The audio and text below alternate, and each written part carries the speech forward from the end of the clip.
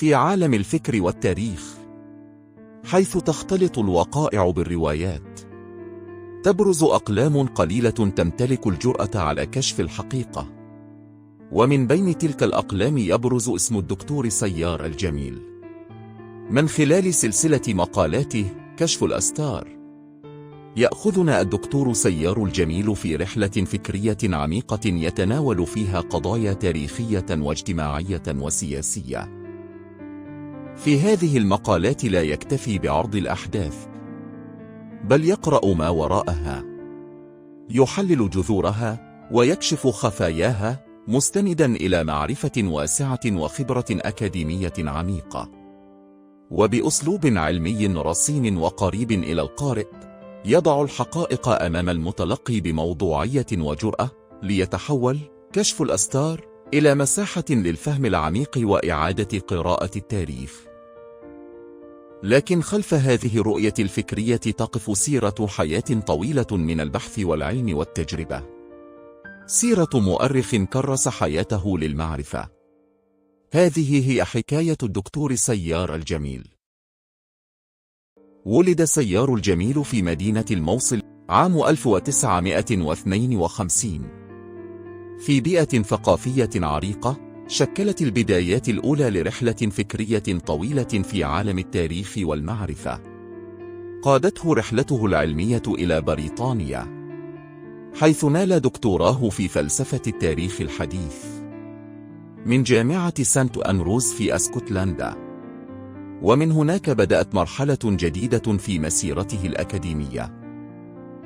على مدى ما يقارب 40 عاماً تنقل البروفيسور سيار الجميل بين جامعات عربية وأوروبية وأمريكية، أستاذاً ومحاضراً ومشرفاً علمياً، ساهم في بناء أجيال من الباحثين والدارسين. لم تقتصر جهوده على التدريس فقط، بل امتدت إلى البحث والتأليف، فقد نشر أكثر من 40 كتاباً وما يزيد على 150 دراسة علمية باللغتين العربية والإنجليزية، كما ساهم في تحرير عدد من الموسوعات العالمية.